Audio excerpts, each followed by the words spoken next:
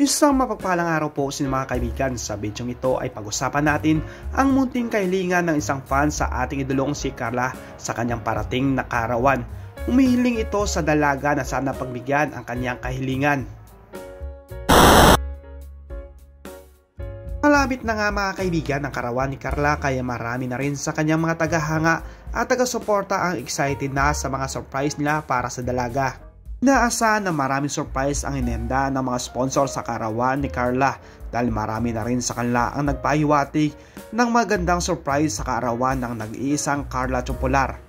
At marami na rin bumati ng mga fans kay Carla, at ang iba nga mga kaibigan ay may mga birthday wish at kahilingan sa dalaga, tulad ng isang fans na to na mahiling sa kaarawan ni Carla.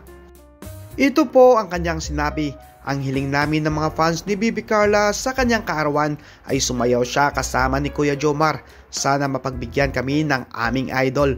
Sa aming munting kahilingan, gusto lang namin makitang sumayaw siya."